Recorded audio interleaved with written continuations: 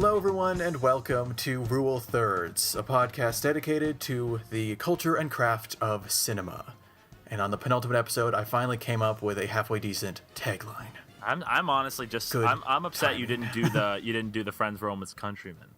I thought you were gonna reprise that as your final. I felt regret in my life, but nothing quite like this. Nothing quite like this. Friends, Romans, countrymen, lend me your ears. I take full credit for this. It's Cinema Talk. It's funny. I only did it on Cinema Talk, it seems, because when I said that, I immediately went to Cinema Talk. So actually, I don't think I've used that since Rule Thirds, but a fitting way to begin my ending of hosting. Anyway, welcome everyone, Rule Thirds. This is my last episode hosting, and so I was trying to do something special. And Larry, thank you for reminding me that I did actually used to have a special thing that I did. Well, you're so I got welcome, to do it one good last sir. time. Happy to oblige. And I apologize, Max. I remember if you weren't a fan, but blame Larry. Welcome. You guys doing well? Max, you better be doing well. I'm doing fine. News? Why? Weak. Come on. Well, I graduated college. That's a cool thing that happened. No, Max. The actually important thing that happened to you. Oh, the actually important thing is I got a brand new computer, and you're listening to it right now. Woo! Yep. Finally. So, and I've been waiting for this for about 2.5 years now, and it really is. It's wonderful. Mm-hmm. Thank Nothing God. like a new laptop. Dinosaur that you were working with before. Great. My entire room now smells like new Apple, and it's great. That's such a good smell, isn't it? New Apple smell. It's a very Larry, good smell. when you get a new iPhone, something just like take a whiff. Oh, no, I've taken a smells whiff. great. I've been through my share of iPhones. The new Apple smell might as well be its own perfume. It's a good I would whiff. buy that. It's a if good I'm whiff. being It's a honest. good smell. I'd buy that. It's a good smell. I'd buy that. All right. Well, Larry, you don't have any shiny gadgets to talk about, so I don't even want to hear how you're doing. How you doing, Larry? I'm good. Summer. It's nice. Laid back. I'm working on getting some internships right now in the city, which is always fun. I saw The Nice Guys, which is easily by far my favorite film of the year so far. Dang. So much fun. Love that movie. Shane Black is so good. If you ever get the chance to see it, I thoroughly encourage you to check it out. Okay. Well, as for me, I'm actually going to be throwing this online tonight because tomorrow morning I'm flying out to Santa Monica for a job interview or two. So, ooh, wow, just that's for an gonna be a lot of interview. fun. Wow. Oh man. Or two, I have to see. It's up in the air. One for sure. It's one of those. And I'm stopping by Mark Woolen, where I interned last summer, and I'm saying hi there. So that will be a lot of fun to see. That's everyone intense. down there. You're flying all the way there for a job interview. I know. And it's kind of like a graduation present kind of thing. I get a vacation as part of it because I'm there until Thursday. So I got a few free days. Yeah, it should be fun. Yeah, it will be. But enough about us. Who cares? How about let's talk about you. Let's go to the community segment. Woo. Good segue. Actually, very good segue. Bravo. For my last segue, I'm pretty proud of that one. So we have a comment from Seth, good friend Seth. Last time I get to say our good friend Seth. Since we're talking graduations, I should be getting my driver's license next Tuesday, and my associate's in August. And he adds, "I'm 23." That's putting that off. But it's funny. I heard that our generation actually really doesn't want cars. Yeah. Apparently it's like a problem that car manufacturers are facing. So it's actually not that strange that you just haven't had the need for one. And he says that he saw it and liked it in regards to Captain America: Civil War. He says I pretty much either like a thing or don't. I don't have much a way of grading my opinions. So he liked it. Huzzah. Thumbs up. Yeah. Versus a thumbs down. And he said also, while you noobs are graduating, he got to see Amy Schumer live. So not bad. Good job. And then from, best friend of the show, obviously, Diane McGregor, they say, get more YouTube views at youtubezone.com. We finally got one of those? I know. I think we've made it, guys. I think we've made it. Did you actually just call .com .com? No. So the .org, idea is that .html, .gov. It's easy to pick up a spam bot if you can just do searches for URLs, and so they type it out so it's harder to detect. Excuse me, she is not a spam bot. She is her own person. You're right. I'm sorry, Diane. You're she has a name. Very precious to us. That's a step up from most other spam bots I've seen. That's true. But yeah, our 19 viewers getting hit with that spam. I'm glad I'm glad that, I mean, our best friend, Diane McGregor. That delicious, So that's it delicious for spam. Community. You know, Diane is our can we just community, because it's so- like, can we do what we've been? I know Larry kind of already did it, but can we do what we've been watching?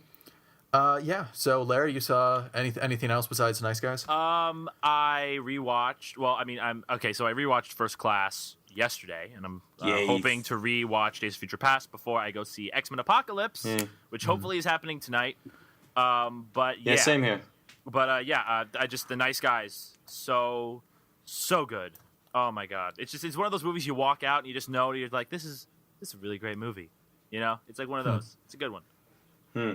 I watched Kiss Kiss Bang Bang in preparation to see The Nice Guys. So good. Yeah, it's pretty good. And my dad actually owns the book Kiss Kiss Bang Bang by Pauline Kael. That's where the title comes from. Right. Yeah. Yeah. And of course, I'm surprised I didn't watch it earlier because of all the meta jokes, like the really obvious ones. But it's a funny story. It's funny and it's like, it's pretty simple, and I like that. But mostly I've been just like playing a lot of games, like just trying to catch up with stuff, like Doom, for example. Yeah, Doom is great. I think I'll pick that up when it drops in price, like, in Doom a is year or awesome. so. Also, Life is Strange. If you ever want to like figure out what video game storytelling is like right now, go play Life is Strange. Not great, but it's not bad either. Cool. Well, I've been doing a fun thing where I see movies are coming out that I want to see, part of like franchises or series, and I want to kind of catch up if I haven't, or just kind of re-watch the predecessors. And so I watched The Bourne Identity, which was very good, and then The Bourne Supremacy, also very good. And I will get to Bourne Ultimatum in preparation for Jason Bourne in July? It's actually pretty soon.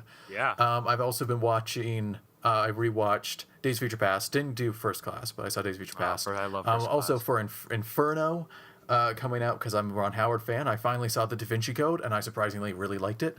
When's Inferno coming out? I want to say September. Oh wow, I don't even Yeah, remember so it's that in was a it's in thing. the fall. Well, because they haven't done any big trailers for it. They've done one, but I haven't seen it in the movie theater. Not at all, no. But yeah, the other thing that I've really been doing was I've been rewatching the Harry Potter films because Fantastic Beasts is coming, and so the thing that struck me the most was Prisoner of Azkaban is great. Oh my god! Remember when we argued about that on Twitter that one time? because I don't know why, but when I watched through like on the first time, like a while ago, I hadn't seen it in quite a few years. It was one of my least favorite, and I can't remember why. It was And it's not that I because dislike I any of remember these it. I movies. remember you said there was there was no change in Harry. Like there's no, even though there's so much change, not even funny. Like See, each movie, it's kind of hard to argue that for any of the movies specifically. It's more of a gradual. I don't know. I can't remember my reasoning. That very well could have been it. But yeah, that was really good. Prison of Azkaban caught me off guard. Actually, it felt like I was watching it again for the first time because it just kind of kept surprising me at how good it was. really, because I've seen the first 3 of those movies like at least 20 times each. Honest to God. Oh my Like, not- god. Yeah, I know, but Lord, I haven't I even seen like the all of them first two. twice. I Yeah, I love like the them first all two, but the dearly. third is definitely better than the first two those are just nostalgic classics for me. I used to watch those all the time on TV. All right, let's get to the other thing about movies that we're doing today. The whole reason why we're Yeah. here. So guys, I want to take a quick. This is gonna be a detour from most of our episodes, and it's a new topic for us, guys. Do you like films at all? You know, Eh. I'd say they're pretty cool. I guess. Yeah. So do you have any specifically you like? Perhaps you like the most. Perhaps You would maybe what's the like favorites? least, not favorite, not least. Yeah, favorite. Okay, good. Favorite. How many do we want to list? How many are we thinking of listing? One of them? Two? 10. Okay, I'm killing this. 10 bit. I'm of killing them. it. Yeah, We do yeah, 10 he's like just the internet murdering it in instructs cold us to do. Top 10 movies. There you go. That's Well, that's we what can't do. all list 10 of the movies. WatchRule30s.com presents top 10 movies ever. Ever. Oh, wow. Oh man, we could never agree. Oh That would no, be that insane. would be awful. Really the worst. I don't think any of us would survive that. It'd be a Well, bloodbath. Anyway, guys, I got a good idea. What if we each get 3 instead of all of us making What? 10? hey, I already killed this bit. We're gonna do top 3 favorite films. It was suggested a while ago, and when it was, we said, oh, yeah, we should do that. And then I can't remember who one of us said that seems like that'd be like the last thing. Like it's so big, and here we are. The Yep. penultimate podcast is top 3 favorite films of all time. There's no limitations. There's nothing. It's just favorite movies. For whatever reason, we get to choose. And did we decide to do honorable mentions first or between 2 and 1? We which we wanna usually do it between 2 and 1. Right, but I mean, I feel like because we all know our number ones, it Right. might not be worth the build up. Yeah. Plus, Yeah, I'm actually really. very curious as to your runner-ups. So, I say we do them right now. Let's just Okay. get them out of the way. All right, Larry, why don't you start with your runner-ups then for your favorite films of all time? All right, I'm just gonna run down. I have a list here in front of me, of just all of the like, because I always, whenever I have a film that I watch and I say this is probably like a really really favorite film of mine, I put it down in this list. So here we go. The Avengers by Marvel, one of my all-time favorite films, mostly because of the experience watching it, but also it holds up incredibly well. Whiplash, which is actually another recent one. So good, so quotable. That movie is just an incredible, suspenseful thrill ride. Liar Liar, Jim Carrey comedy, easily his best comedy. Not my favorite. here I though. come to save the day. It's The Claw. The best Jim Carrey comedy. Not my favorite though. Pirates of the Caribbean, Curse of the Black Pearl, one of my all-time favorite action adventure films. Johnny Depp at his peak before they milked it and killed it. Fine. Well, we can get into that another day. Drumline, guilty pleasure, really, because it's not really that good. But I'm a sucker for marching bands and fun marching band movies. Plus, Nick Cannon is surprisingly good. We got Disney, Aladdin and Lilo and Stitch are my 2 personal favorite Disney films. Then we got Beetlejuice, which is one of my favorite Halloween movies to watch. So much fun. Michael Keaton, just amazing performance. Willy Wonka and the Chocolate Factory, because Willy Wonka may just be the most quotable character in the history of film. Who Framed Roger Rabbit? Excellent that's a hybrid. great one. It's just probably the best film that hybrids CGI and live action. And it's currently on Netflix to stream, but Yes. it's leaving like halfway through June. So I wrote a note to Oh my myself to watch it God. before then. So if Yeah. you want to And rewatch it, Larry, definitely. It's go not on Netflix. CGI. It was hand-drawn animation. Hand-drawn animation, but it was like, yeah, okay, fine. My bad. It was. It is hand-drawn. Yeah, animation. get out. What are especially you, like fake the- Disney Get fan? outta here. All right, whatever, Max. Especially the very last moment, incredible. And Oh, yeah. then the last one, which is probably number 4. If I had to put a number 4, because my number 3 really changes all the time through all of these movies. But number 4 would probably be The Untouchables, which is probably my favorite period film. The carriage moment is so iconic. Brian De Palma is such an expert director. Yeah, there you go. That's. Yeah. Yeah. Yeah, You know, it's the Brian scene De- that go. was taken directly from Battleship Potemkin. Yeah, that one. Whoa. Very different Wow. scene. We're dropping some pretty no. film school nerd references with Battleship Potemkin. Okay, I'm That's, sorry. Come on, let's has- be real, Larry. So, okay, They're Max. the same scene. Okay, Max. Guys, so guys, no one guys. else is stolen from Battleship Potemkin, then I guess. Okay, whatever. Guys, we can debate the roots of Soviet montage later, as I know we all want to and our audience wants us to. But we need to move on. Damn Eisenstein purist. Whatever. Whatever. Max, do you want to go next? Oh, All right, me yeah. too. I mean, okay. The only 2 I can think of right now, one of which would probably be in my top 3. I just haven't watched it since it came out, which is Short Term 12, a film that I will never stop gushing about. Nope. And the thing is, I haven't rewatched it since it came out because I don't want to. Like, the experience of watching it to me is so valuable and so emotional that you just want to really just hold on to each viewing. It's not like the next film I'm about to talk about, which I watch a million times. This one is like, you know, if I watch it again and it's like it holds up and it should belong in the top 3, then you know it'll go in the top 3. But then again, this is just our favorites, and our favorites are always changing. So Short Term 12, and the other one is kind of the movie that like I watch and I go, this is the movie I want to make, which is Captain America: The Winter Soldier, which Wow. Oh, wow. is I don't know, is that high? that's probably my number 4. Like it's I love how some of our choices are recent, which is nice. Good mix. Yeah, it's also kind of a sin in film school to put recent films as your favorite because like there's Yeah, so many because- films that came out in the last God. 8 years, 8 Yeah, decades. because movies are all bad now, you see. Yeah, of course. they're all Clearly. unoriginal because Hollywood is. I'm not going to do that. And Yeah, we're not going to get into that. So, yeah, Winter Soldier, amazing action, a fantastic screenplay, and it has one of the best. Nobody dies, nobody important dies, and yet everything dies. Like it. What am I trying to say? The emotional stakes are not based on the death of an important character, but rather the death of an important setting. And I think that's brilliant and has one of my favorite twists in movie history. Just Everything God, dies, man. Also, you know what? I got to say, when I was rewatching it before Civil War, it's the best looking Marvel movie, I think, in terms of the cinematography. Oh, yeah. You know, On sure, your Guardians left. has these amazing colors and stuff, but man, there's so many just beautiful shots running just all over the place in Winter Soldier. Even I think it's even better than Civil War. So yeah, I'd I have just to want to add rewatch that. it, but I mean, I have to rewatch it. But I do agree. The cinematography it's was beautiful. gorgeous. And it's so clean, you know, like it's bright but not Clean and overly so. You sleek can and- it's yeah, it is. It's great. Anyway, Yeah. so I have my runners up. To start off on like just to cover the most ground, I want to start with a rom-com that I think is so overlooked. Love Actually is one of like the movies that just kind of it's the best feel-good movie for me. Wow. There's something about it. It's just so positive. Have you seen Love Actually? I You mean the have. one with the sign, Rick Grimes doing the "To me you are perfect" thing? That wasn't. That's kind of one of the weaker storylines, honestly. But it's just if people know, it's a great Did not expect to collection see of this film stories, on and it's Sean's list. yeah, and it's at the very top. But it's just it makes me feel happy. Makes That's you all. feel You know, like happy.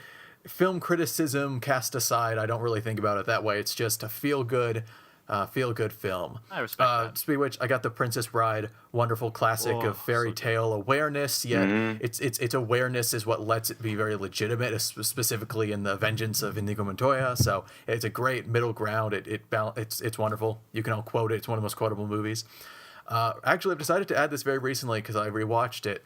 It just blew me away every time I watch it. I feel like it deserves a spot. X-Men: Days of Future Past is my favorite superhero movie. See, I love Really? that we have these recent movies. It's so cool. I'm sorry. It's Yeah, a I great think it's movie. absolutely Yeah. incredible. It's the most character-driven superhero film I've seen, and Okay. it has amazing action. It's wonderful. Another one that's very recent that might even be climbing higher as we go is Chicago. Definitely my favorite musical. Every song, every song but like two, I love. Absolutely stellar editing. Watch it just for the editing. If that's all, just that makes it worth it. But amazing songs, great Yeah, acting, all that. production design also is very unique, which I like. The Lion King, childhood favorite that still holds up. My favorite Disney animated. Definitely the Wildebeest Stampede scene alone is one of the best sequences I've ever seen. So that alone should earn a spot on this list. Then I also have Pirates of the Caribbean, The Curse of Black Pearl. Yeah, One of my favorite boy. movie theater memories is when I went to that in the old Circus Theater. Terrible theater, but wonderful experience. It was magical to see it for the So first time quotable up too. on That that screen. movie. The movie's so quotable. It's so good. Next, some people hate Nolan. I love Nolan. Inception, love it. Every time I rewatch it, it's good but not great. And then as soon as I go into the dream for the back half, it's amazing, and all the exposition pays off beautifully. It works super well. It's creative, has some great cinematography in the dream and weird visuals. It's one of the most well-known blockbusters. So I don't have to explain it. Up, still my favorite Pixar film. Oh, I even thought I'd though- see that in the top 3. No, I'm afraid Oh, not. wow. Yeah, Up, that's true. it's touching. It's fun. It has dog jokes. What more do you want? That's it, guys. I can't say anything more. That's what puts you up on the list. If you got the dog yeah, jokes. that's why it beats like Inside Out for favorite Pixar movies. Like Inside Out, probably better movie. It's the but best Pixar movie, It doesn't have Inside Out. dog jokes. It has one in the credits, but I'm sorry guys, it wasn't enough. You lost me. Anyway, Sorry, guys. and then at the number 4 would be it's a three-way tie. I've decided. That'll be a mix- fine. It's a tie between Star Wars Episode 4: A New Hope, Star Wars Episode 5: The Empire Strikes Back, and Star Wars Episode 2: What? Attack of the Whoa. Clones. What? So okay, Star what? Wars. Let me explain. Calm down. Oh. Did you Calm really just down. claim that Return of the Jedi is not as good as Attack of the Clones? This is What? favorite, Max. This is favorites. Oh my god. So Star Wars Episode 4 is there because it might be like when I think of movie, that's kind of it. It like has the exact structure a movie should have, has likable characters, it has great effects and use of practicals, and it's just a great story, and it's like it's just kind of it's so perfect in of itself, you know. Empire Strikes Back is on here because it's definitely the best Star Wars movie. And it's incredible. Probably one of the best sci-fi movies. I would consider it the second best, or at least second favorite. We'll really, get to you my think it's first later. sci-fi? Like I think it's space western. You know? No, well, it's Western. It's fantasy, space opera, Western, sci-fi. It counts. Whatever. Yeah, yeah. And then Attack of the Clones. No, it's that's right. Somebody referred it to like there's a difference between hard sci-fi and soft sci-fi. It's really soft sci-fi. Yeah, it's like soft, But like it's there. corgis for soft sci-fi. And Attack the Clones, before you freak out again, is there for nostalgia. And that's why it's okay. favorite. This is not best. Yeah, I remember like you were telling me like one day that like nothing happens in Attack of the Clones. Nothing. Well, and yeah, I'm you like, could take it out and move stuff to 3 is what I think I meant. But anyway, it Yeah. has just so many moments that like blew my mind as a kid. It's kind of hard for me to not mention it because I rewatched it a few months ago and it just brought me so much joy. So I do like There the you go. clone scene in Attack of the Clones. The clone scene is nice, where we meet like Jango and Boba and stuff. Django, Team Django. Jango. And the mystery of Cypher Deus always interested me. Yeah, that's true. Fun. They have a character, an off-screen character. Star Wars never does that. A very important character that's never seen, that's just talked about. It influenced everything. Well, I It's- mean, it's Darth very rare. Plagueis in Episode 3. Oh, no, I'm no. still holding to that he's there, but the producer says he's not. He's not Snoke, but whatever. I think we Guys, move on guys, now. we have to move on. It's too perfect. Wait, though. we were doing our things. Besides, this won't take that long, honestly, since we know. So we kind of been going in this order. Larry, your number 3, Okay. third favorite film so of all time. Of all time. Again, as I said, 3 really kind of interchanges between all the films that I mentioned, just depending on the timing. But right now, because I've been on kind of a musicals kick lately, I'm putting Singing in the Rain as my number 3. Oh wow! Oh, that's a great I one. love Singing in the Rain, but I just didn't expect it to be Easily number 3. my favorite musical of all time, and it's for a couple of reasons. Number one, when I watched it for the first time, a smile never left my face, like not once. Like I was like my mouth hurt from like smiling. It's such a feel-good movie. It has so many fantastic sequences. It's so colorful and so like lighthearted, but at the same time gets you really emotional for when the stakes kick in. Which is just really, really well done. I love the music, some of the most memorable songs in my opinion, and it's not just like Singing in the Rain and like Good Morning, Make 'Em Laugh. I think Good Morning is underrated. Love oh, Good really? Morning. Yeah, Good Morning well, is I mean, great. everyone knows the tune, but not Yeah. a lot of people know the lyrics, and the lyrics are actually really smart. But I really love Make 'Em Laugh, which is in my opinion like the perfect musical song, just because of, and I'm going to get into why in just a second. And it's just so much great dancing. I think this is the quintessential Gene Kelly musical. A Yeah. lot of people like to say it's American in Paris. I personally prefer that it's Singing in the Rain, just because I think it's Singing in the Rain. it was more critically acclaimed, and it was also more influential. Yeah, it stuck around. People would probably yeah. be able to name, Singing in the Rain above any other of his movies. Right, and there's also, I mean, like the poll during the number of Singing in the Rain is its own landmark. It's a poll, okay? Like come on, it's very funny. The writing, oh my god, Donald O'Connor is such a brilliant comedian. It's very underrated. Great banter with Gene Kelly. But my favorite thing about Singing in the Rain, which a lot of people don't really think about, is that its songs do a great job of sort of establishing character and sort of establishing motive and things like that without giving it away. Like a lot of people don't remember that Singing in the Rain is just a really good way of executing that some guy's just feeling kind of lighthearted and free and happy and stuff, and nobody really thinks a lot about that.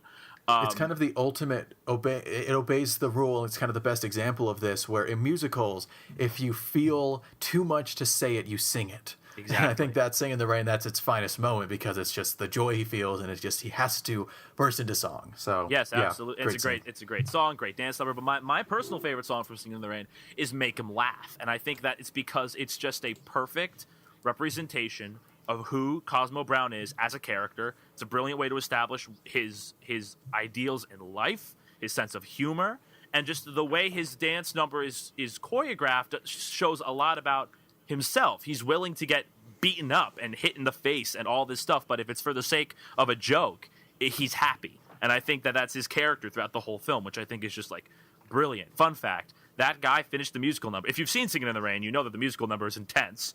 And at the end of that musical number, they had to hospitalize him because he smoked like 6 packs a day. So like he had to be hospitalized right afterwards. And then right after he was in the hospital, they said they had to do it again because the take wasn't good. So the power of musicals. Showbiz. Yeah, but it's such a fun musical, and I was really surprised at how much I loved it right from the start. And I think that a lot of musicals owe it to Singing in the Rain for sort of getting the genre, for making the genre so acclaimed and on the pedestal that musicals are right now. I think this is the number 1 musical on the AFI's list of musicals. or if not in the top 3, and for good reason. It's just a great movie that happens to be a musical also. So there you go. That's my number 3, Singing in the Rain. Cool. Yeah. Max, you up? Oh, I guess actually, do you have any more comments on Singing in the Rain? I mean, I actually saw that in the Paramount Theater, which is like an old style theater with like a Looney Tunes cartoon beforehand and like a newsreel and I remember before Singing in the Rain, there was a trailer for a movie called The African Queen starring Humphrey Bogart. And That's awesome. I've seen Africa Queen. It's a good movie. Oh, Yeah. and also, if I could just mention, I actually Oh got my to God. see. I'm sorry, but I got to see Singing in the Rain live with an orchestra playing the music of the New Jersey Symphony Orchestra. It was such an amazing experience. I feel like that's not the only movie we'll be talking about today that had a similar experience. Anyway, so my number 3 Spoilers. My number 3 goes to actually the very first movie I ever reviewed. Period. Good Day to Die Hard. No. Sean, No, you not for real, crazy. No, it was for my newspaper. It was for my high school newspaper. It was the first article I ever wrote for that newspaper. And later on, I would... No, never mind. My number 3 goes to The Social Network, which I nice. always account to be one of the most miraculous movies I've ever watched. You see, I'm a guy who really appreciates... It's kind of weird because I just put it as one of my favorite movies. I really appreciate the movies that embrace the visual uniqueness of the medium. Like, the reason I think Gravity is a great film is because it's very much a visual film. You can't really do it anywhere else. The Social Network, you could do that. You could do that stuff anywhere else. I mean, they did do it everywhere else in a book that was then adapted to the movie. It's really a series of people just talking, and you know what? It's great, and it's incredible, and it's pretty much the very, very best kind of situation out of a movie that is literally a bunch of people just talking. Conversations. You'd think, for a second, yeah, you know what, this could be really boring. But Aaron Sorkin, man, you never let Aaron Sorkin down, because he's never going to let you down either. He manages to make an incredible screenplay that bounces back between characters. It really is his quintessential script. And each character is fascinating.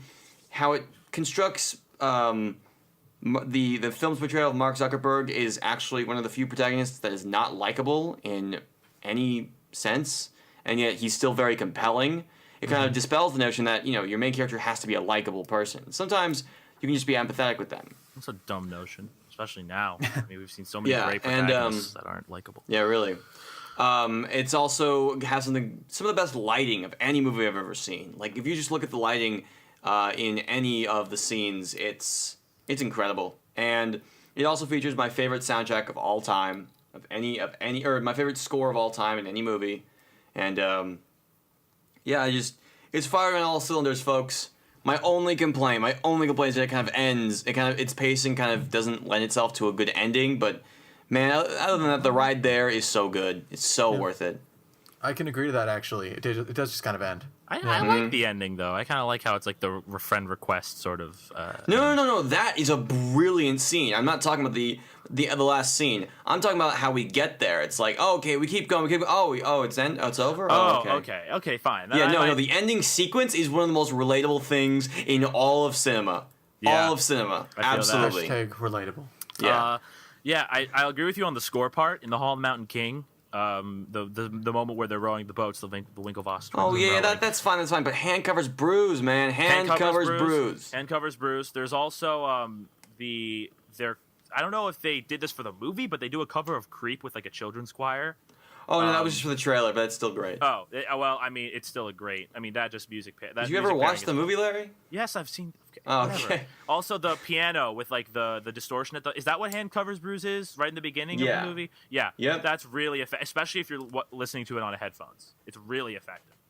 Mm-hmm. So yeah. Reznor and Ross, man. Reznor and Ross. Great movie, fantastic movie. I'm happy to see it being discussed. I don't have too much to add. I like it a lot, too. Definitely. Probably should have won Best Picture that year. It should have But won King's Speech Best was Picture. also good. Should have Yeah. won Best Picture. It was a tough call for me, which I liked more. But in hindsight, I feel like the tie should have gone to the one that was more of its time. And The Social Network is one of the most timely movies we'll ever get. Yeah. It was right at the peak of Facebook, and it just worked. for when it came out. So Yeah, Hey, I the don't have best. anything else Yeah, to add. the best way I can summarize it is this movie has no right to be as good as it is, and yet it's my third favorite film of all time. Oh, don't you Nice. love it when that happens? Yeah. All right, so I guess that falls to me. My number three, my third favorite film of all time, is The Lord of the Rings: The Return of the King. And Yes. it's kind of, I mean, yes. first I kind of have to acknowledge how miraculous it is. This was a production that was from a director that made smaller movies, a few smaller movies, and like horror, gore movies, right? Peter Jackson. And he went to all these studios with this massive, 8-year shoot or something ridiculous like that. Okay, it wasn't that long, but you get the point. And An someone 8-year greenlit it. production. 8-year production. Yeah, but anyway, the New Line greenlit it, and even more miraculous, honestly, it's good. Like when you think about how easily this could have gone horribly awry, it's really impressive. They pulled it off, and then it all feels right. This doesn't feel cheap, and I think that's why Return of the King is my favorite of the three. Not only do we get the emotional payoff of the entire trilogy, so it's kind of hard to top that. Even though Fellowship is a wonderful setup and has a lot of great moments in of itself, and Two Towers has its moments as well. It's bogged down by the Ents. Don't get me started on the boring No, Ents. no. This is the best part. It's easily the worst part of the entire Lord of the Rings trilogy. It's like just by far. At least it's not the worst of the Tolkien movies because Love Triangle and The Hobbit. So at least they're not the worst of all 6 movies. Couldn't Anyway, couldn't have just gotten away with not mentioning it, but of course nope, we have to mention impossible. the Hobbit movies. I'm legally obligated to mention. It says Love in the Triangle Rule and The Thirds Hobbit didn't work. contract. In the Rule Yeah, Thirds it does. contract, it explicitly states. You guys signed it. You guys signed it. Should have read the fine print. Why did I anyway, sign it? not only do we get that payoff, but there was never a moment that I felt like they cut a corner. This is the most epic film I've seen. And I've seen a lot of epics, but this is just, it feels the biggest, and fantasy lends itself to that. So even though something like Spartacus has a very real army marching in this wonderful shot of thousands of shields glimmering in the sunlight, that's wonderful. This, you get dragons, you get these massive cities that couldn't exist, you get hundreds of thousands of these monsters. It feels so big, and they pull it off. That's the biggest miracle, is that it feels as big as it is. Sometimes when you watch something, especially like TV, where they're showing like sections of this battle, it's like, I get it, that's all you can afford. But the fact that they didn't have to do that they just went all out, and it's this breathtaking spectacle.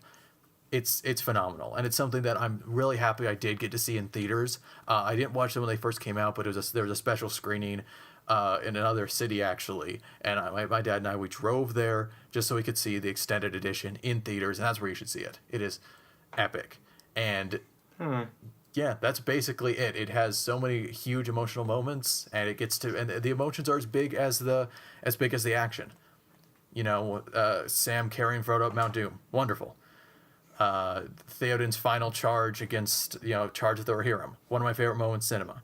I love that its scale is matched with emotions. It's not just it's not Transformers. It's not all spectacle. There's so much behind it, and it benefits from being the third of a huge trilogy. It has all that pushing it, and it's wonderful. So there it is, Return of the King. You guys have anything? I mean, Yeah, I like it. Oh, Wow. oh my God, Max! It's a great Well, movie. to be fair, you watch the extended, which you probably Yeah, shouldn't right I away. You watched need the to watch the extended theatrical version. first? Yeah. Oh my God! Who What? tells That's what everybody you? told me to do. No. Well, they were wrong. They were just No. Tolkien fans, I guess. No, Jeez. you have okay, to that's fair. watch- Never, honestly, rule of thumb: don't trust book fans No, regarding never. the movies. Never. Yeah, Never really. trust a book fan. And I say this as a fan, as a guy who used to be a book fan. Don't trust book fans. You got to watch Like- the Yeah, theatrical really. cuts first. I'm not then even a you fan move of on. books, so. I hate them. Well, I mean, So yeah, it's just, I mean, I have to watch the theatrical version because the extended versions they were good. I liked like all the sequences. Just it was all a big old mesh of things. Yeah, because it becomes so formless once you go extended, and so you have no grounding because it's the first time you see it. So I would Exactly. highly recommend theatrical. I think it will feel more, built up and just finer tuned. That's Yeah. the term I'm looking for. So yeah, I'd recommend that. And Larry, you I love were gonna say something on Return of the King? I mean, I love Return of the King. I mean, I love the Lord Hmm. of the Rings films. I personally have a bit more of a soft spot for Fellowship, just because I just like how we get introduced to these characters, and I think it's a little bit more whimsical, which I prefer. Whimsical. I'm personally Whimsical. I'm personally somebody who likes the first Hobbit film and particularly the me too. beginning. Yeah, I like mean- I like the first Hobbit film a lot. It's actually my Yeah, favorite of the three, or of the entire Tolkien saga. I don't know if I'd say it's my favorite of the Hobbit films, and definitely not the Tolkien saga. I personally love Desolation of Smaug a lot, but I will. But I like the world of Lord of the Rings the most out of any part of it, and I just love being immersed in the world. Like the scene where Bilbo and Gandalf just blow some smoke rings is just like it's such a memorable scene. Yeah, but hey, Return of the King is when you got to save that world you love so much. Yes, and so. I mean the action. I mean the action in Return of the King is some of the best put on film. But I will admit, I agree with you in the sense that it's that emotional payoff just really really hits you hard. Mm-hmm. And actually, it's funny. A career goal of mine, if I ever get to like make movies and can work my way up to something with a budget, I would love to try to top the Battle of Minas Tirith. It'll be like God. impossible. Nope. But if you Nope. could, if someone could top that battle, I would just be in awe to see it. So, God, if anyone ever does, ooh. But that'll be the day. That'll be the day. hey, let's see about Game of Thrones. Let's see when that all wraps up. The if series they can pull finale. off something massive. Yeah. But they've been one of the shows that have to kind of show parts of a battle. Again, in season one of the characters gets knocked out as they rush into battle, and then when he wakes up, the battle's done. I remember that. Someone had a budget cut. that said a lot about that Yeah, season. but It was again, starting to find its ground. Return of the King has none of that. You get to see all of it, and it is absolutely incredible. It's probably the most impressive achievement ever put on film. That's what I'll end with. It is the most impressive film I've ever seen, just in how it was all captured. So, yeah, there you go. Return of the King. Return of the King. Those are our threes. Larry, All yourself. right, number 2. I mentioned earlier that Liar Liar is the best Jim Carrey comedy, in my opinion. I knew it. Not my favorite, though, because The Mask is my favorite. And that's at number 2 currently. Somebody stop me. Okay, yeah, stop. Stop referencing it. I stopped you. Anyway, Larry, continue. Okay, thank you. Oh, you guys are no fun. Oh, stop. No. I reference it That's all also in the time. contract. We can't be any fun. I am constraining myself right now. I don't know if you realize. I could quote this movie, not verbatim. I can quote my number 1 verbatim, but not this one. Same. So it is. I think that this is it's my favorite Jim Carrey comedy because it is Jim Carrey at his most energetic and his most visual and fun. I think it's just like The Mask, becoming the character of The Mask is such an over the top, such a fun, ridiculous character that I think it just gives Jim Carrey the license to go bonkers, and I think he does that here. So many fun moments, especially when it comes to the revolutionary CGI effects that went into this movie, which is another reason I love it so much. They're really, some of them are pretty outdated, and they're kooky and they're wacky and they're cheesy, but I love them. Especially when the crime boss Donegan gets the mask, which is one of my favorite parts about it, because Jim Carrey's mask guy is sort of like a cool, stylish whatever, and this guy's Donegan's mask character is like a big evil villain. So like I love how like the mask sort of has a good characterization to it. And it's a hysterically funny movie. So many quotable lines. The soundtrack is also really good. A lot of good jazzy soundtrack, but a solid like mystical sort of score. My only problem with it is how the climax resolves itself, which technically is in character, but it just feels a little cheated. I wanted something a little bit bigger, and it just sort of ends on this funny but sort of a meh note, which is unfortunate. But this is many people consider this to be in the trinity of Jim Carrey films. It's like it's in like his heyday. It was like The Mask, then it was Ace Ventura and Dumb and Dumber. Those are like the 3 that were made like within the 2 or 3 years of one another and really put his name on the map. And I think that just this one is easily the most creative. It's easily the most entertaining, and I think it's a comic book also, which I think is just again testament to how wacky it is and fun. And I would end on a quote, but I'm restraining myself for the sake of you both. So, The Mask, number 2. Any comments? I haven't seen The Mask, so I can't say anything. Oh man, It's good. Shut up. Just for No, that. it's weird. I feel like I should like The Mask a lot more than I do because it is a tribute to the Looney Tunes. I think. Oh yeah, Like, there's some Looney to Tunes American stuff going on in animation. there. Yeah. And just like, and I feel like I like the movie. I think I like it a lot. I just have to go back and watch it again. It feels like a relic sometimes, but man, Yeah. all the parts of Jim Carrey with the mask on is really just some of his best work ever. That's the stuff he's taken to his grave. Yeah, honestly. one of my favorite shots in any movie ever is when he's in the nightclub, and when he sees Cameron Diaz's character for the first time, and like his eyes like bulge out, and like his tongue like rolls out, sort of like a staircase. Oh yeah. It's my cover photo on Twitter right now, and it will remain my cover photo on Twitter because And it's my Cuban favorite Beat, shot. man, that's a great one Cuban too. Pete. Like, There's also the jazz song in the club, which is also a great song.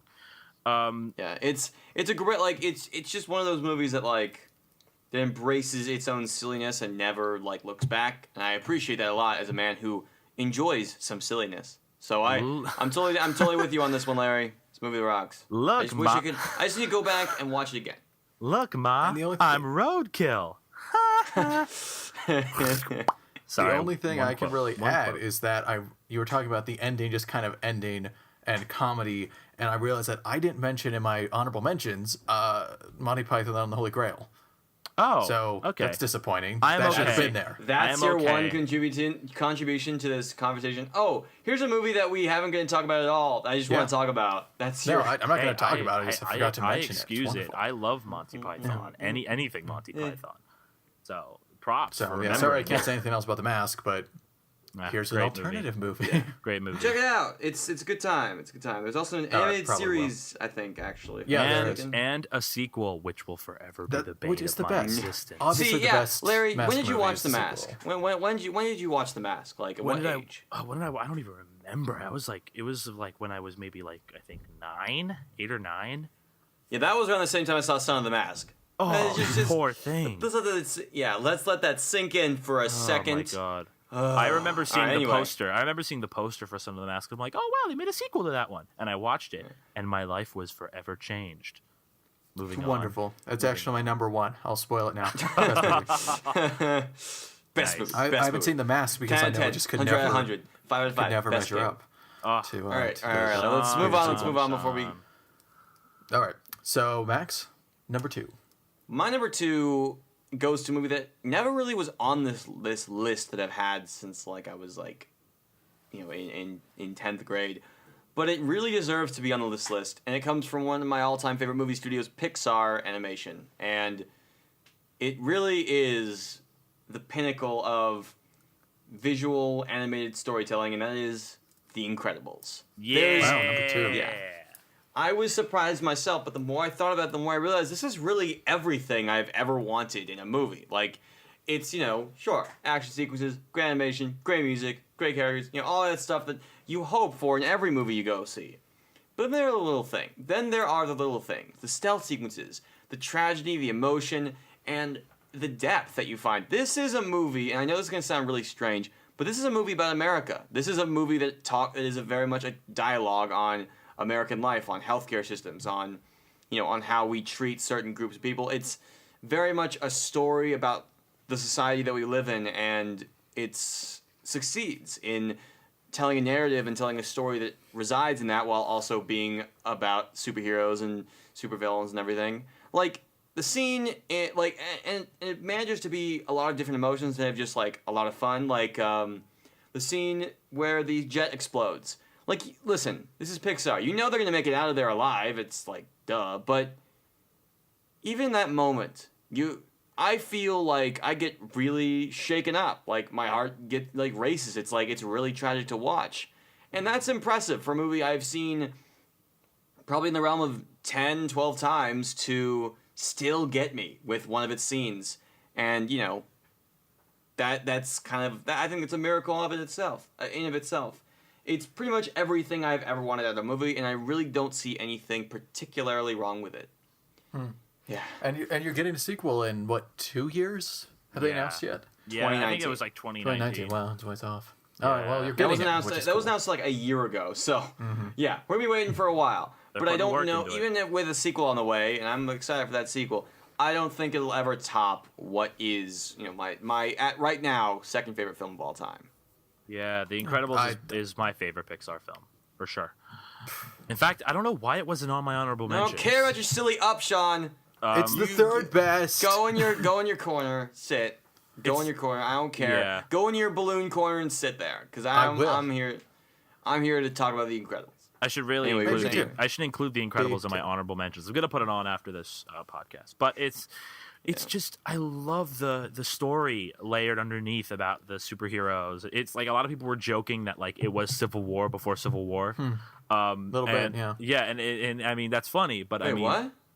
like because there was The like kind the of whole, like superheroes have to go in retirement and debate Well, no, about it's responsibilities. It's Watchmen, guys. It's basically the kids' version of Watchmen. See, I haven't If seen we're I mean, Watchmen or that read too. it, so that Watchmen's all right, but it's just a very smart story that is it's very easy to understand for the younger people who are watching, but it's also very thematically interesting for people who are maybe There is thinking a about it more. scene in this movie that is just about healthcare. Like it's Yeah. not even like they're not even underselling it. They're just like you fire before plan. Like that little old lady and stuff. It's just there's nothing that is like kid friendly about it. It's just a scene of two people talking about health insurance, and somehow it works. It's incredible. Like it totally works just fine.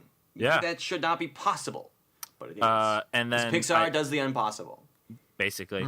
And then Syndrome working as the villain around this story. It connects perfectly to the story. And just the line that absolutely kills me every time I watch it is just, and when everyone's super, no one will be. And like he just walks every time I hear that line. I just like, it just cements even like deeper how brilliant the story is at its core. Yeah.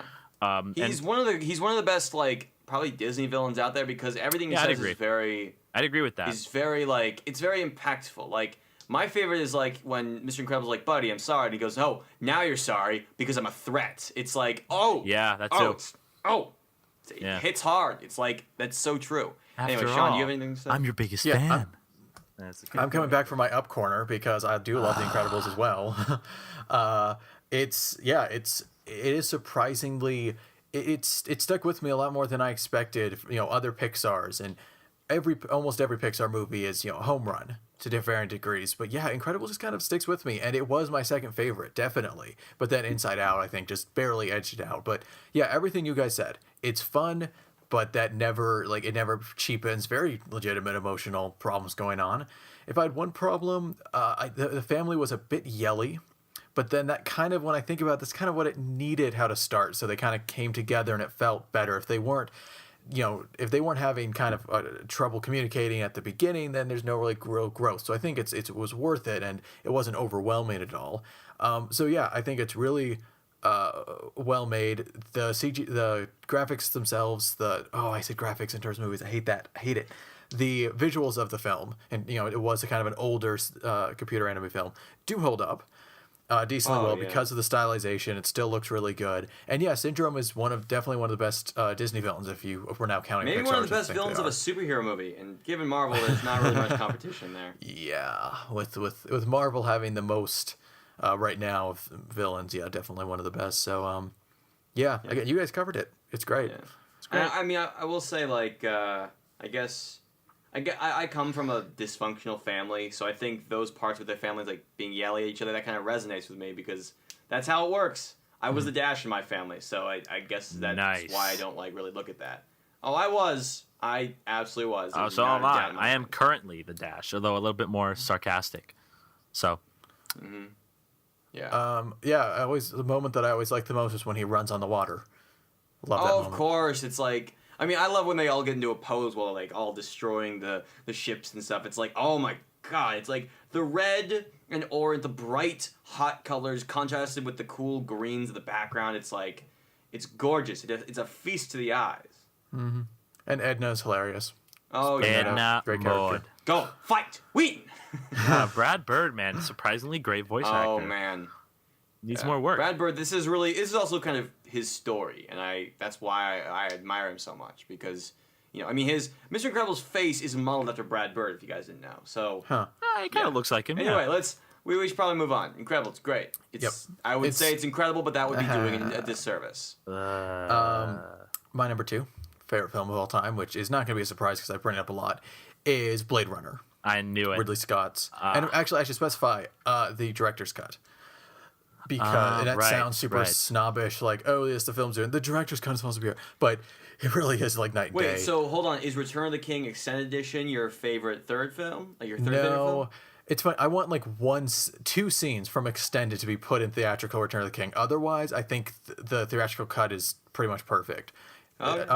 You want the death of Saruman, and I want the mouth of Sauron because it's hilarious that Aragorn just beheads him. Anyway, we should talk about Blade Runner director's cut. And it's funny because when I first saw Blade Runner, I didn't really like it. And then my dad said, you know what? How about tomorrow we watch the director's cut? And for some reason I agreed, even though I didn't like the original, and it's just a lot better. And I think a lot of it is the atmosphere, which is kind of the first thing that I love about Blade Runner, is the atmosphere. It's funny. What Blade Runner reminds me the most of, as a whole, not really anything specific, but it reminds me the most of, oddly enough, The Grapes of Wrath. The book, not the movie. Because I really like The Grapes of Wrath, and what impressed me about it was that this was a miserable, miserable story we were following. These characters were miserable, like, the entire time. And yet something about the way it was delivered made me enjoy being a part of that, when normally it would be kind of too unpleasant to have going the entire time, of the entire story. And so it's the same here with Blade Runner. This is not a great world. It's very dreary. The character's not a happy character. None of these characters are happy characters. And yet, the way it's delivered, for whatever reason, I still can't put my finger on. Hopefully one day I will be able to. I love being in that kind of miserable world. And I think that's very impressive. But at its core, what I love about Blade Runner is the villain, who I think is kind of the protagonist. Roy is my second favorite film villain, because it's kind of amazing that they did something so simple. The concept of fear of death. It's a movie about mortality. And it allows this villain, no matter how monstrous they can be, to be incredibly relatable. And I just it's a great performance, just the right amount of villainous, over the topness, but never loses sight of, again, a very relatable character. It's just someone who's terrified that their time is ending and they'll do anything to extend it. It's it's very, again, relatable. I wish I had a better word, but yeah, Roy's one of my favorite film characters, not just villains actually. And yeah, visual treat. That's been thrown around a few times this episode, but it definitely is. Yeah, what else can I say? It's wonderful. I don't know. Yeah, it's good. Wow, like every time, Max. Every It's true. time. Listen, this is actually and I'm not just saying that for the sake of the joke. I like these movies. I don't love them, but honestly, and this is not an attack on the movie. It's weird. Every time I say this, I always think it's an attack on the thing that's made. My favorite part is the soundtrack. I love the score. Vangelis, though, man, he's like just hearing it's neon noir. It really is. It's great. And do you know if you saw the director's cut or regular? I'm pretty sure I saw the director's cut. Did you have Harrison Ford it. narrating over everything? I don't remember. I haven't seen the movie in like 7 years. Because that's what would let the score really take over, and the atmosphere needs you to hear it and just kind of get in touch with it. And so wait, so the director's cut with Harrison Ford's voiceover is better? No, the original cut had the narration. Oh, the original cut. The director's cut took it all out, and it's so much better. So Agreed. You probably saw that because the score is wonderful. It really, that sells the tone just as much as the great visuals and production design does. So. And it's like it does give us a much more like it kind of gives us a fantasized, fantastical rendition of a cyber New York, right? It's New York. L.A. L.A. Oh. Yep. And yet it does not stop to be utopian about it. It's very much a world that is as dreary as ours, just with flying cars now. It's pretty bleak. Yeah, it's almost the price to pay for utopia. It kind of hints that the off-world colonies are absolutely perfect, but then the people left behind have nothing because everyone else left. And so it's I never really thought of it that way, but yeah, this is kind of like the downside of Star Trek, where there's going to be the planets that people are just kind of barely scraping by, where everyone else has super science stuff. So, Larry, do you have anything? I really like the movie. A great noir film, and I think it deserves to be up there with like a lot of like I mean, when I think of noir, it's definitely a film I think of first. Like it's like Blade Runner, Chinatown, Maltese Falcon. And that's what's funny. It's not even visually speaking, though it uses a lot of shadows and light the same way that a noir film would. But it looks, honestly, the noir films I've seen mostly are black and white, but the light especially, it looks amazing in color. Like they use Yeah. the same, like I always remember Yeah. Blade Runner's big thing with lighting is lights coming through windows. And it always looks so good because I've seen that in noir where it's like black and then stripes of white light, but the color that gets to come, like this green tint, and then it shifts to blue mid-scene. Like there's really wonderful light work there, but also the story is noir. This definitely Yeah. is a sci-fi noir. You have basically a detective. He's hunting down replicants. He's unsolving a mystery. He flat out does the scene where he investigates the photograph. So it's very much he's basically being a detective. You've got the femme fatale, Rachel, great character.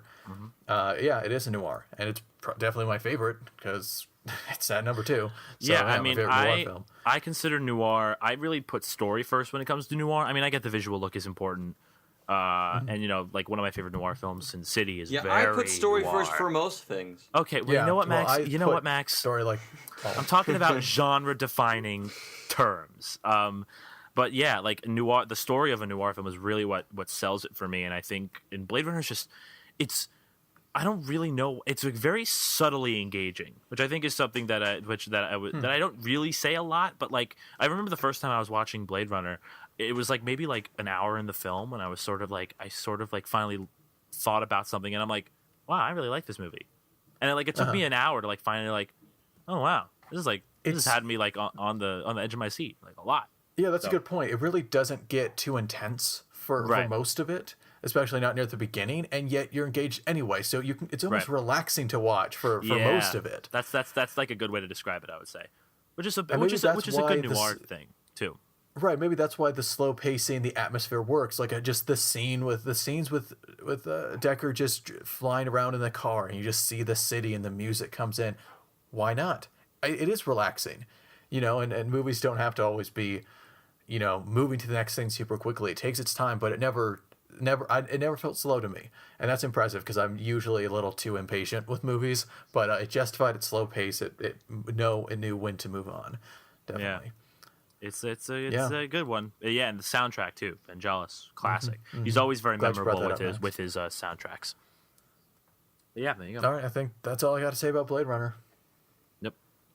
So there are number 2s. Yeah. Wow. Here we go. Yeah. The shocking number and again, ones. like we talk about number ones a lot on the show because as we adore movies, these movies kind of represent why for me at least, my number one kind of represents why I love movies and why I'm hoping to spend my entire life making them, and maybe that's why it's become a bit more, I don't know, easy to just kind of pass it off as like this movie is an example of this good thing. So yeah, it's a bit obvious to you, but if we're ever given a chance to gush about our favorite movies, we gonna do that. We are going to do that. We So, gonna Larry, do that.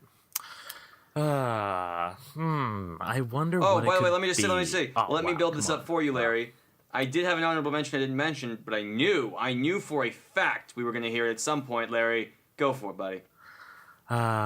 You see, when I back in the dawn of time, there was Emperor's New Groove was my favorite. And well, I'm glad you killed the build up because I was Yeah. going to kill it. So yeah, since the dawn of time film, it's the Emperor's. The reason I love Emperor's New Groove, and it's not just because it's a nostalgic classic for me, because I watched it. If I had a tape of it, I would break it, but it was a DVD. But it's and because something that was brought up to me recently when I rewatched it for like the umpteenth time is that it's not that really complex of a film.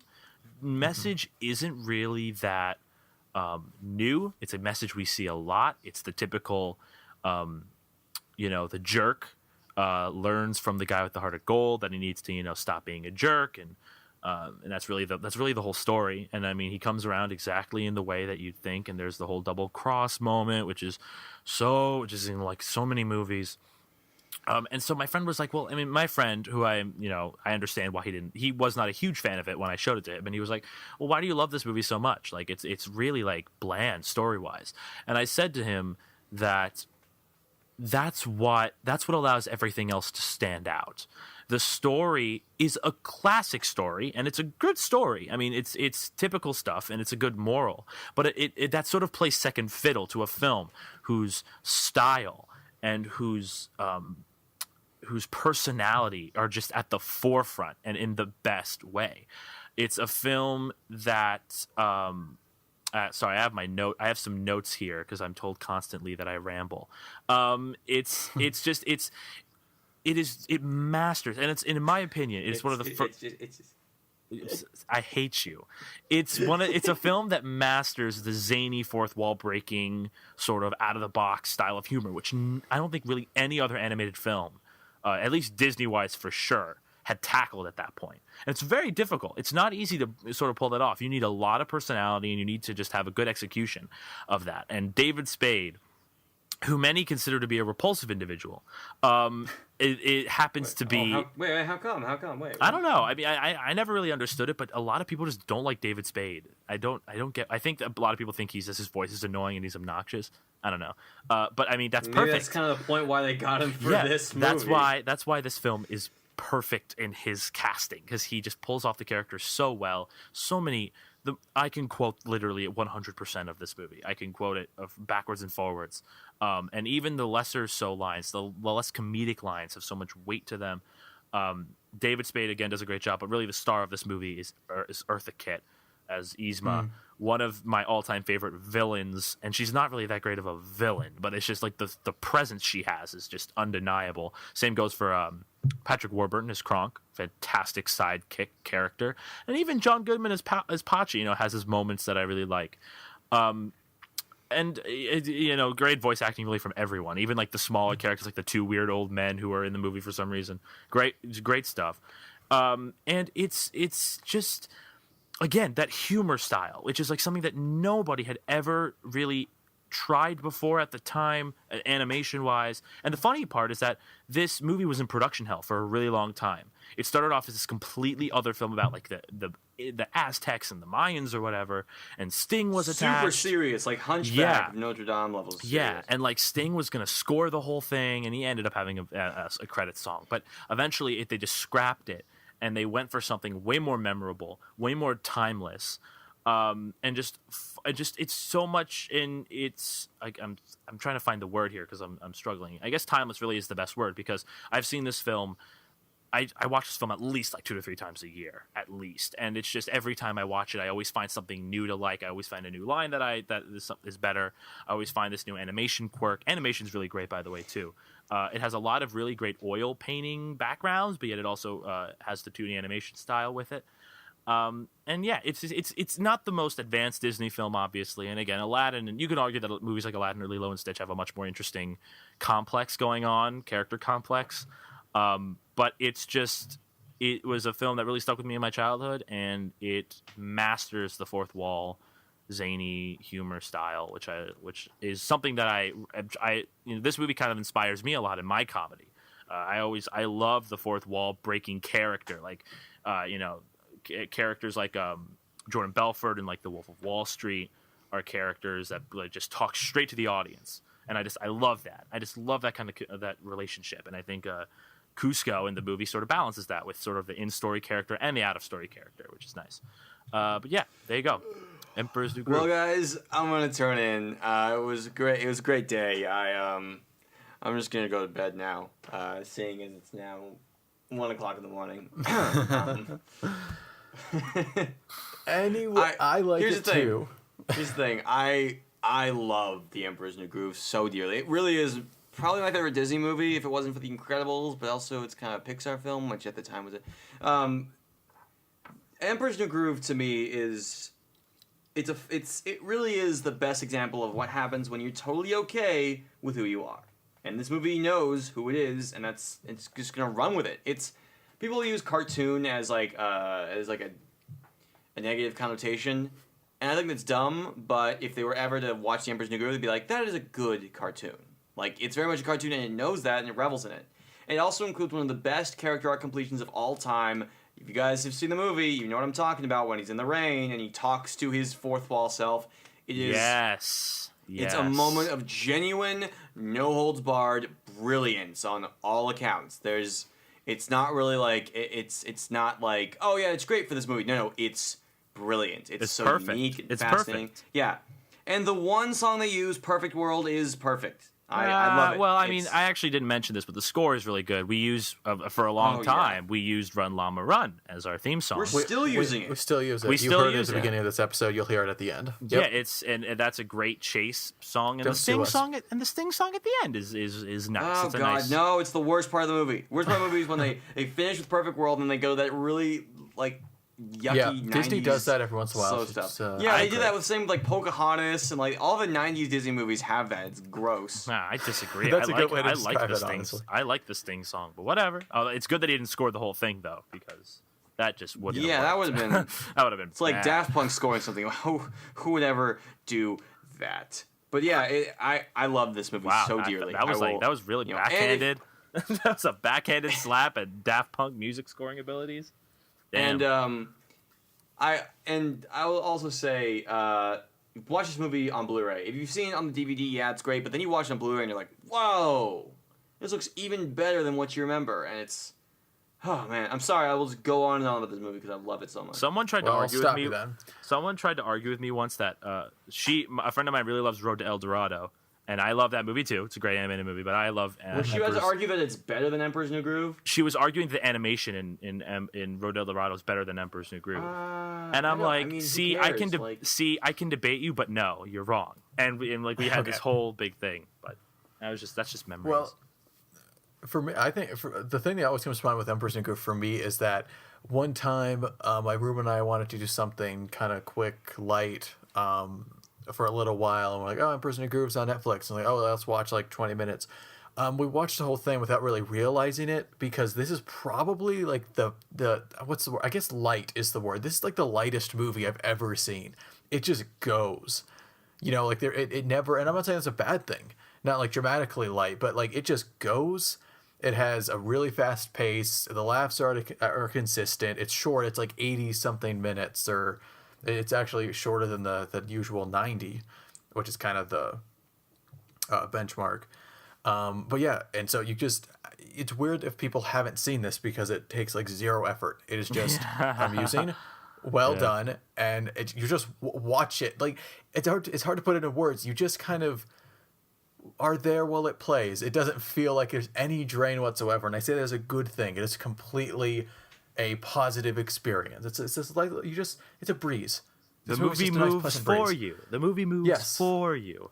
You don't Yes. have to put much effort in it. Cusco just tells the story like it is, which I like. That's Yeah, a it's good only point. 78 minutes. I just looked point. up on Yeah. IMDb, and that's with credit, so it's actually probably like 75 minutes, which is really short. But it's okay, I mean, because guys, that's what movies should be.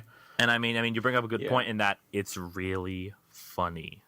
I think that's It is like funny. Oh my God. speaks for itself. Oh my It's god, this movie is really a riot. funny. There's I don't like, use the term. You laugh as a kid and you laugh even harder as an adult. Like that's one of Yeah. the true cornerstones of all kids comedies. Like if you can make you laugh as an adult, then it has succeeded and then some. Yeah, I use this term Like, loosely. yeah. Like I describe The Nice Guys like this, and only a few other comedies that I've seen. But this is a laugh a minute movie, and I don't say that very often, but it's true. The laughs are just consistent. There's not a beat that goes by without some great like sort of hit going. So, props to You know, them for that. the funny thing about shaking hands is you need hands. You need hands. You'll need this. Pulls up dress. No! Oh no! God! Oh! It's just my I knife, think the guys. squirrel just kind of reeks of like corporate wanted the amusing animal, but it is one of the funniest parts of the movie. Yeah, it's great. I love when random side characters, their entire purpose is to just screw over the main characters. Like they're not even antagonists. They have no actual point in the plot. They're just there to make their lives harder. The protagonists it's make their lives great. harder. It's great. It's a great hilarious. characterization too. Man. And Yeah, by the way, I mean, can I we just could quote point this movie out? all day long. Can I It's just one of point those out? Well, I just no, wanna we could quote it for 72 minutes. True. I could quote it oh, for yeah. 72 minutes. I just want to say, people got to stop hating on Kronk's New Groove, which is the sequel. People No, got to stop hating. I will not. Gotta stop I hating. refuse. That movie's terrible. Ooh. And We we also have to stop hating on the television show, which was also fine. And I think both. television shows alright. I think the reason that both those that a lot of people hate both of those things is because they never amounted to the humor of the original, which no, was Kronk's a New Groove was a lightning. musical, And it's dumb. It's It wasn't a dumb as musical. hell. It wasn't a musical. It had like 2 songs. What isn't it? Didn't see. Oh, okay. Well, what? It's dumb. It had Earth, It's Wind, and Fire, dumb and I don't Max. like it. It has Earth, Wind, and Fire. You can't fight the Earth, Wind, and Fire. Okay? You can't do it. Maybe I'll give it a rewatch. But like, if everybody has their own grudge against Disney, direct to Disney or direct to DVD Disney movies. Oh my sequels, god. and that Kronk Studio is mine. Oh my Now, god. of course, you Kronk's could is also. so light in comparison to some of the other ones. Oh my god. If that's your least You favorite. ever seen oh Hunchback of boy. Notre Dame 2? Yes. I mean, oh my god. Yes. They're like like I watched Hunchback recently for the first time, and then we watched that and was like, oh my god, what happened? Yeah, I've also What happened? seen Cinderella 3. No one can top that. That's the worst. Oh, you mean the Easily. one where they go back in time yes. or whatever? Yes. It's bad. Anyway. That's what all classic Disney princess tales need. Time Yeah. travel. Time travel. Look, hey. I didn't do it by choice, but it was bad. Anyway.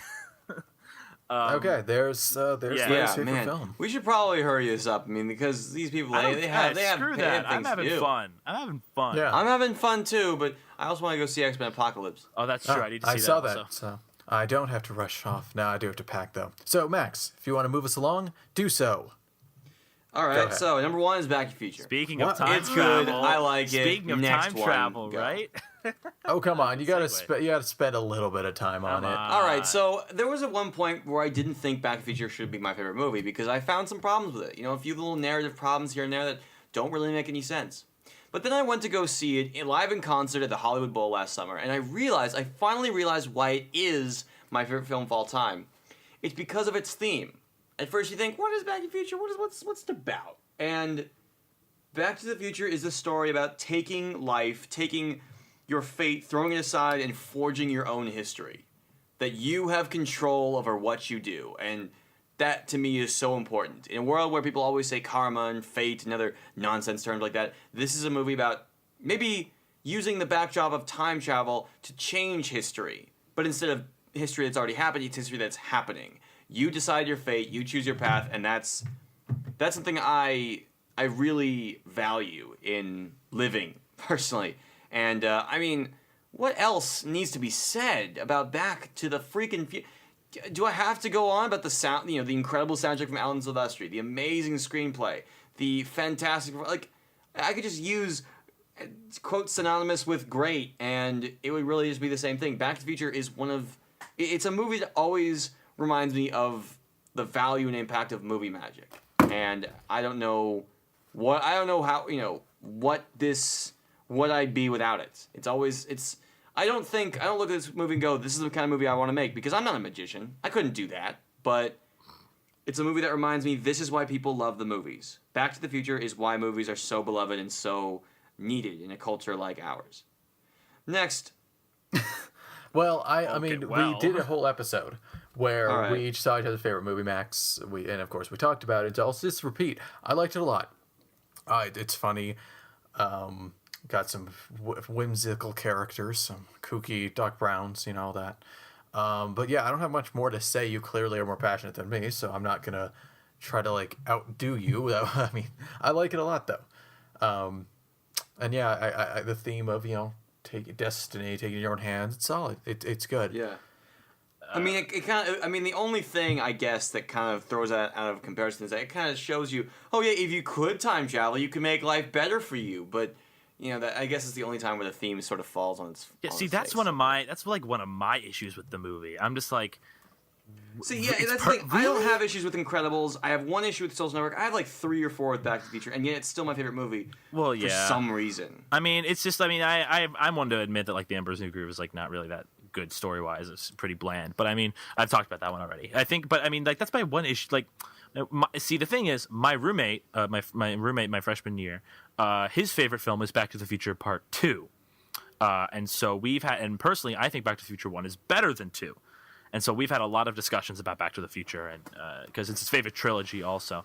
And I just think Back to the Future is sort of a lightning in a bottle sort of thing, where you just have the right people working together at the right time to create something that is just really memorable for a lot of people. There's a great documentary about this on Netflix right now, Back in Time, which is just goes into all the different fan stuff surrounding Back to the Future and all the different events that happen and behind the scenes stuff, and how there was originally a guy who was going to play Marty who they ended up scrapping all his footage and using Michael J. Fox instead, which I think was just very fascinating.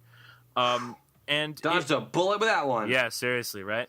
And I'm pretty sure he would have been fine though. yeah, whatever. I have a couple of problems with Back to the Future, but Max is right. I mean, the theme is really solid. Although I would argue that it's about a couple of other things along with that I think are equally as important. I mean, like the power. I'm just asking. I mean, friendship, a big part of that, and like the boundaries of friendship, and sort of, courage also. Not only for Marty's dad, George, but for Marty also. But I'm not going to get into that. But it's a very multi-layered movie, and a lot of people don't really give it a lot of credit because it is a really strong movie, character-wise, story-wise. It never really slows down ever, and it kind of took an idea, that time travel, which is really easy to screw up, and made it really well done and coherent and functional. Although I still don't believe that Marty's life would be better after screwing with time, sorta. But yeah, I mean, that's what Back to the Future Part 2 is for. But nonetheless, it's Max has a good one for number 1 for sure. That reminds me of one of my favorite tweets of all time. It says, the Back to the Future trilogy deals with the 3 greatest stages of life: your past, your future, and cowboy. Can't remember who wrote that. I wish I could quote them, but it's one of my favorite Brilliant. Brilliant. That's great. That's a good one. That's a good one. Casablanca. Yeah. Let's talk So about that's Casablanca. like the least shocking thing that you've probably ever heard in your life, listener. My favorite film was Casablanca. And Well, I thought it was The African Queen with Humphrey Bogart. I was thought it actually was Son of tempted the Mask. to be like, my number 1 favorite film of all time is Pacific Rim or something like that. But let's just get to the cut to the chase. No, just really not though. Get over it. No, you get over your denial. Anyway, something about Casablanca is I of course can quote it. It's very quotable.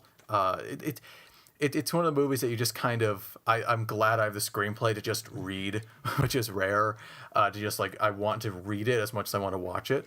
But I think what really stuck with me is I was watching it I guess it was last year, so it was a little while ago, but not too far.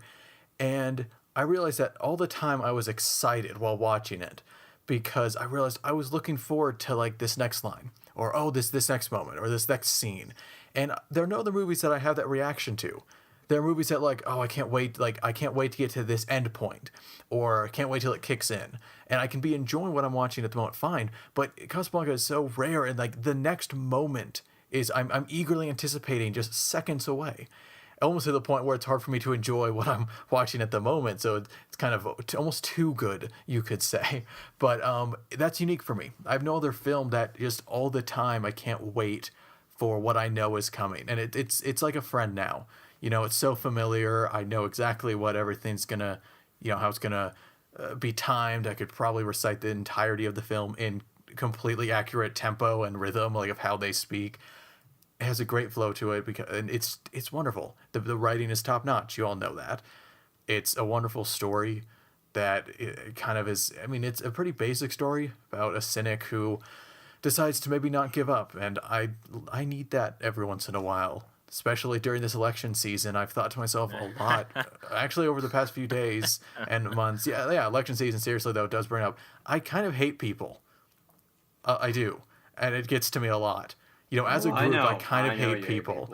And so this is a movie that says, "Hey, here's this main character who's like me. I share that with Rick, but he overcomes it and he moves on and seems to be better off because of it." So that's good. And I think that's healthy. As much as I'll have my reasons for hating everyone, I know that it's probably best to not. So it's kind of by watching this, I get to live vicariously through Rick. I can't yet give up my own cynicism, but maybe if Rick can, I can. So it's a wonderful tale. It's one of the best romances ever put on screen, and yet I still don't think that's like the strength of the movie. A lot of people say, "Oh, the romance is what's key." I disagree. I think the drama there is much better. But it has incredible characters. All of them are great. Every character is great. Louis Renault is such a scumbag, but I love him to death. And it's a perfect film. It honestly is.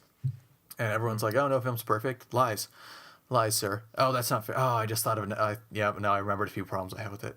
It's basically perfect. It's perfect for As a you. whole, To you, it's perfect. a perfect film. So you've probably seen. And that's the thing. I don't feel like I really need to explain myself here. This is considered one of the best movies of all time. I'm not shocking anyone with everyone's been praising this. I'm not new to this.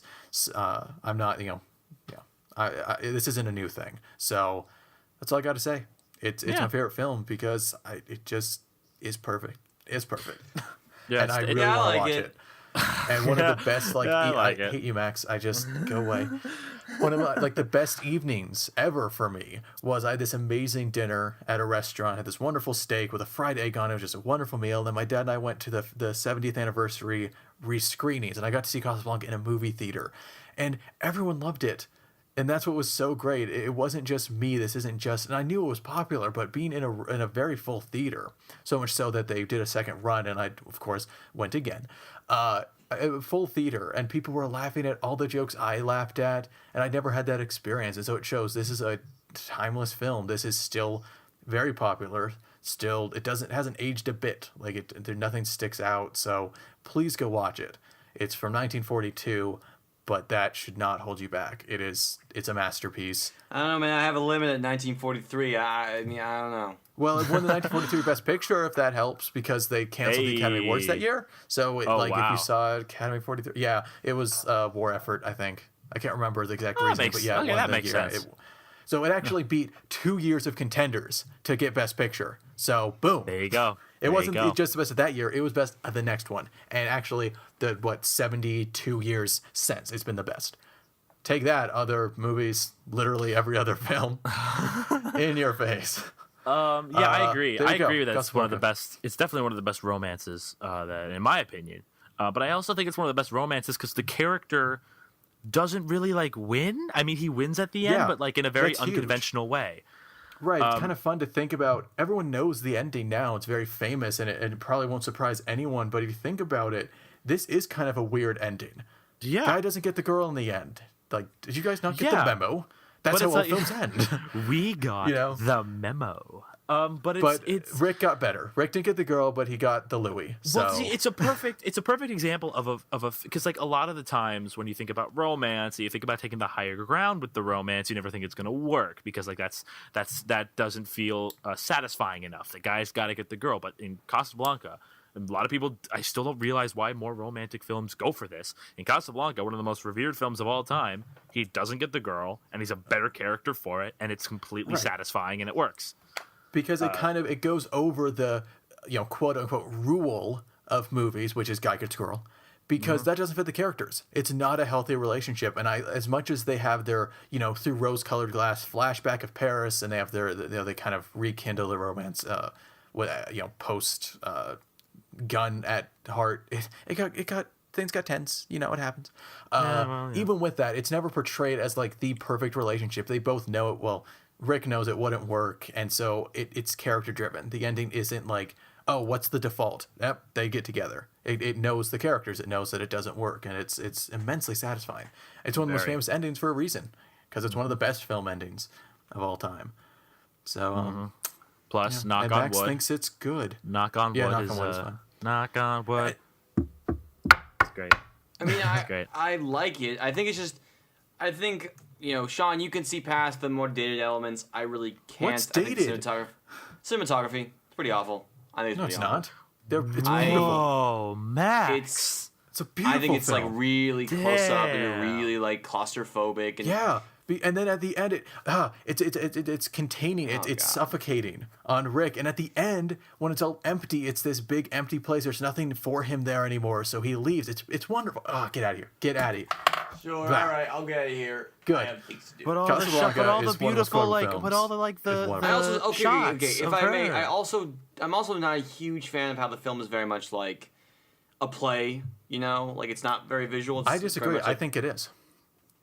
I think, and again, the Les Marseillaise is one of my favorite scenes in cinema, which I think is beautiful. And if you know, the kind of the backstory, that most of those extras that were singing the French anthem were actually refugees pushed out by the Nazis who were currently sweeping through Europe. U.S. hadn't entered the war yet when this was filmed.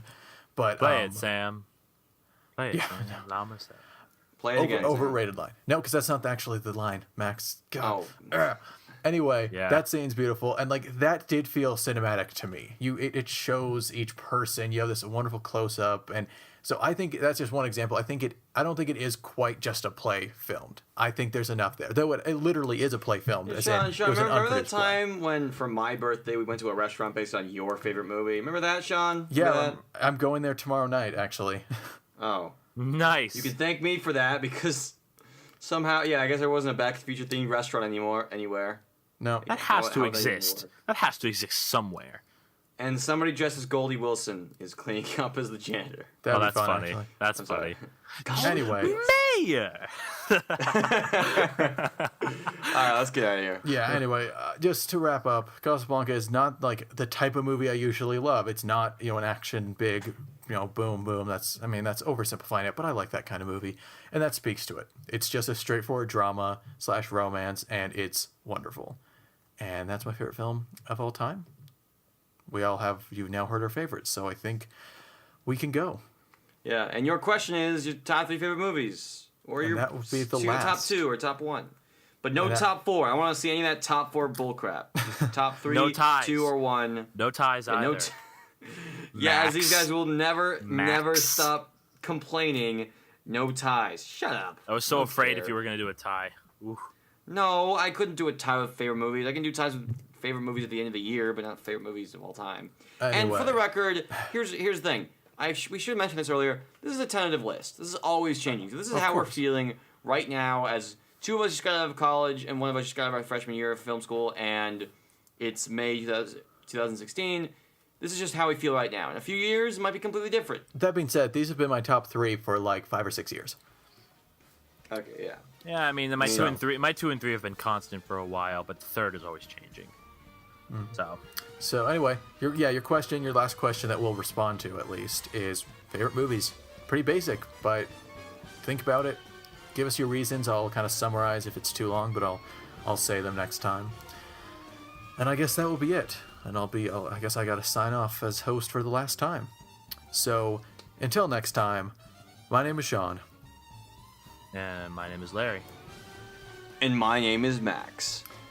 And you'll hear us later, one last time.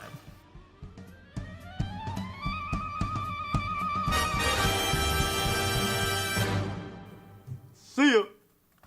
You had to do it, Max.